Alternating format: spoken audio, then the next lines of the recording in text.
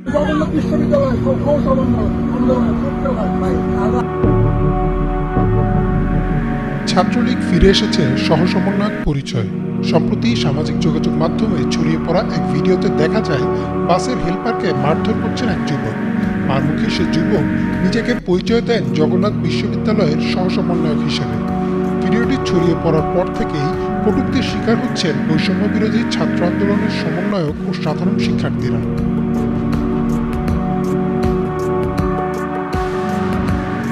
1 minute 7 সেকেন্ডের ভিডিওটিতে দেখা যাচ্ছে যুবকটি বাসের হেলপারের গালে একের পর এক চড় দিয়ে যাচ্ছে। বাসের অন্যান্য যাত্রীরা যুবককে মাথা ঠান্ডা করতে বললে তিনি বলেন বাস আর সামনে যাবে না। জগন্নাথ বিশ্ববিদ্যালয়ের সহ-সমন্বয়ক তিনি। বাসের ড্রাইভারের কাছে লাইসেন্স দেখতে চাওয়ার পর বাসের হেলপার তার পরিচয় জানতে চাইলেই মারমুখী হয়ে ওঠেন সেই যুবক।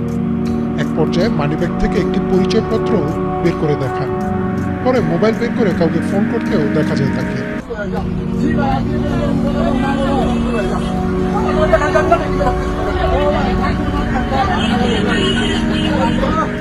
জানা যায় হেলপারকে মারধর করা এই যুবকের নাম তৌসিফ শাকিল। জগন্নাথ বিশ্ববিদ্যালয়ের রসায়ন বিভাগে 2018-19 সেশনের শিক্ষার্থী তিনি। তবে আন্দোলনের নেতৃত্ব দেয়া একাধিক সমন্বয়ক জানিয়েছে জগন্নাথ বিশ্ববিদ্যালয়ে কখনোই সহ-সমন্বয়ক নামের কোনো পদই ছিল না। গত 29 জুলাই জগন্নাথ বিশ্ববিদ্যালয়ে 27 সদস্যের যে সমন্বয়ক প্যানেল গঠন করা হয় তাতেও নাম নেই তৌসিফ শাকিলের।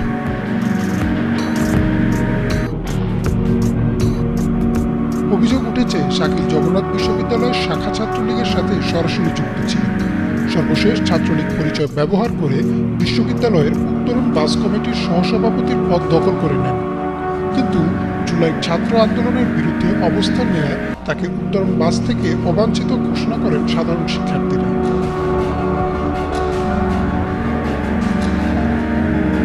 জগন্নাথ বিশ্ববিদ্যালয়ের শিক্ষার্থী ও বৈষম্য বিরোধী ছাত্র আন্দোলনের কেন্দ্রীয় অর্গানাইজিং উইংয়ের সদস্য শাহিন আলম সান গণমাধ্যমকে জানান, বাসের হেলপারকে মারধর করা শাকিল নামের এই ছেলেকে তিনি চেনেন না। এই ঘটনায় জগন্নাথ বিশ্ববিদ্যালয় ও সাধারণ শিক্ষার্থীদের সুনাম ক্ষুণ্ণ হয়েছে। তিনি আরও জানান, এই ছেলের বিরুদ্ধে অভিযোগ এসেছে যে তিনি নাকি ছাত্রলীগের কর্মী ছিলেন। তার বিরুদ্ধে দ্রুত ব্যবস্থা নেওয়া হবে এবং এমন ঘটনা কোনোভাবেই কাম্য নয় বলেও জানান সান।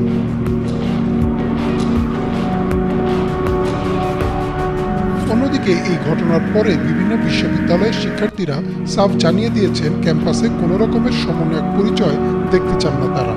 নেটিজেনদের অনেকেই সামাজিক যোগাযোগ মাধ্যমে বলছেন সহসভাপতি থেকে সহ সমন্বয়ক।